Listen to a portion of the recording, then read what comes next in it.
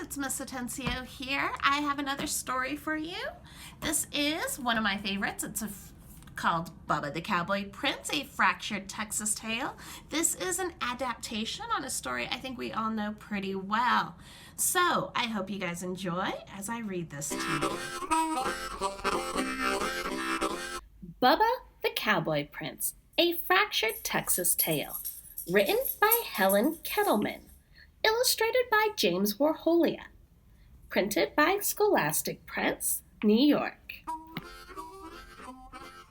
Once, a strapping young feller named Bubba lived on a ranch with his wicked stepdaddy and hateful and lazy stepbrothers Dwayne and Milton.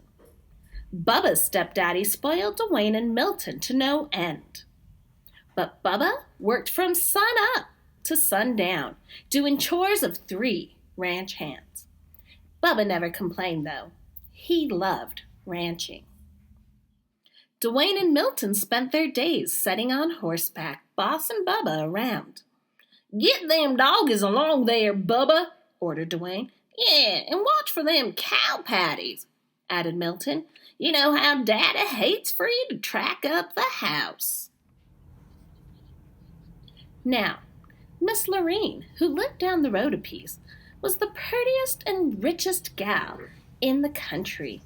She owned the biggest spread west of the Brazos, and she loved ranching. But it was lonesome work, and after a while she decided it was time for some companionship. "I aim to find myself a feller," she said, "one who loves ranching as much as I do, and it wouldn't hurt if he was as cute as a cow's ear either." Miss Lorene decided to throw a ball. So she sent all invitations to all the ranchers in Texas. And soon the day of the ball arrived.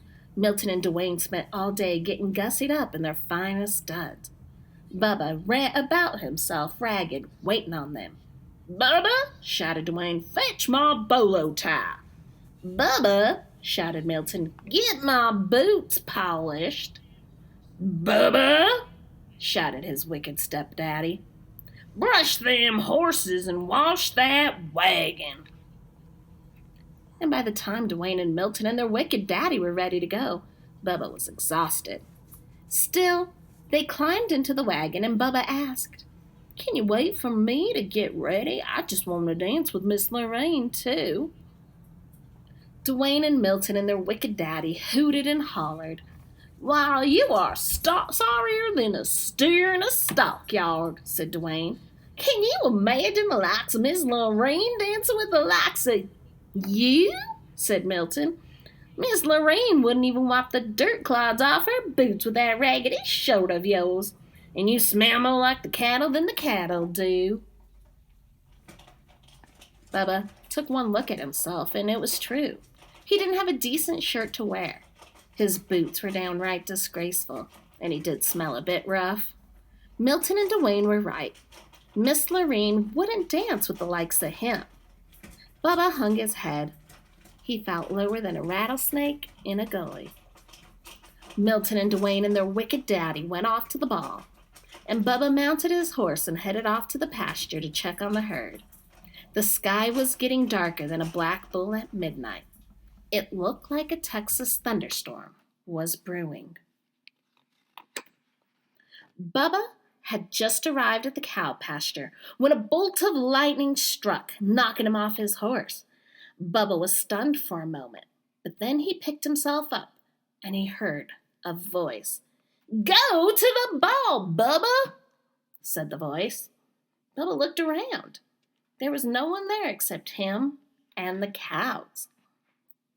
Now, Bubba figured he'd bonked the bejeebas out of his bean because the voice was coming from a cow. She chewed her cud for a moment and then she said, "I'm your fairy god cow and I can help you go to the ball." Bubba sat up, rubbing his head. "I'd like to go, Miss Good Cow, but shoot, I don't have nothing to wear." The fairy god cow swished her tail, and Bubba's raggedy clothes changed into the handsomest cowboy duds he had ever laid eyes on.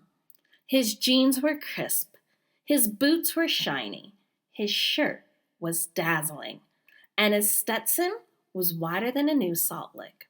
"Why, I look downright pretty," said Bubba. And the fairy god cow swished her tail again, and nearby a steer turned into the most beautiful white stallion Bubba had ever laid eyes on. "Now you go on off to the dance, Bubba, and you have a good time dancing with Miss Lorraine. But you best be home by midnight, 'cause that's when the magic runs out." "Yahoo!" shouted Bubba as he jumped on the white horse and galloped off to the ball. And when Bubba arrived, the hoedown was in full swing. But every time Miss Lorraine finished a dance, she yawned. "Oh, there goes another $10 Stetson on a 5-cent head," she complained. "Where are all the real cowboys?" And by the time it was Bubba's turn to dance with Miss Lorraine, it was almost midnight. Soon as she saw Bubba, Miss Lorraine's eyes lit up. "Why, you're as cute as a cow's ear," she said. Bubba blushed, then took Miss Lorraine in his arms and started dancing. Dwayne and Milton turned purple with jealousy. "Who's that dude?" said Dwayne. "I don't recollect seeing him before, but he looks a mite familiar," said Milton. "Do something," said their wicked daddy. "That cowboy is winning Miss Lorraine's heart." And as it turned out, Milton and Dwayne didn't have to do a thing, because Bubba and Miss Lorraine were in the middle of do-si-doing when the clock struck midnight. And suddenly, Bubba's fine duds turned into dirty rags that he usually wore around the ranch. He looked sorry, and he smelled even worse. "What is that awful smell?" said Milton. "Why, it's Bubba," said Dwayne. And Bubba turned 14 shades of red and apologized to Miss Lorraine and ran out of the room. "Wait!" she called, chasing after him. But Bubba didn't wait. He jumped on his cow and lumbered off into the night. In the ruckus, he lost one of his dirty cowboy boots. Miss Lorraine clasped it in his arms. "This is the boot of a real cowboy and the man I want to marry. And I aim to find him." Miss Lorraine went back inside, and though she asked everybody at the ball, nobody knew who the mysterious cowboy was. Well, nobody except Dwayne and Milton and their wicked daddy, that is. But they weren't talking. And the next day, Miss Lorraine went from ranch to ranch, looking for the cowboy who owned the boot.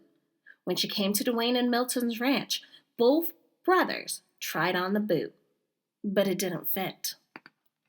Miss Lorraine had just climbed up on her horse to leave when Bubba rode up. He was dirty, he was sweaty, and he was smelly from working with the cows. And he was only wearing one boot. Miss Lorraine jumped off her horse and ran on over to Bubba. "Try this on," she cried. Bubba took his dirty old boot and pulled it on.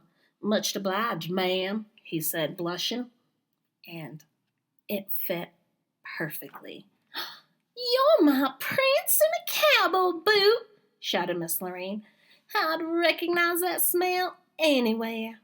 Marry me, cowboy, and help me work my ranch." Dwayne and Milton and their wicked daddy began to throw a chicken fit.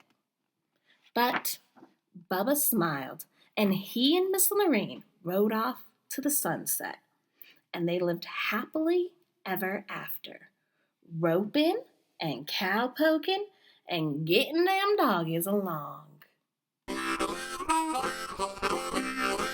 Alright guys, so I really hope you enjoyed this book as much as I did. I really enjoyed reading it as well. Nothing like doing a couple accents in there.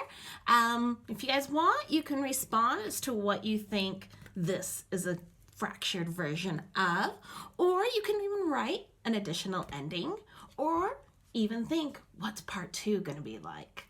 All right, I'll see you guys next time. Bye.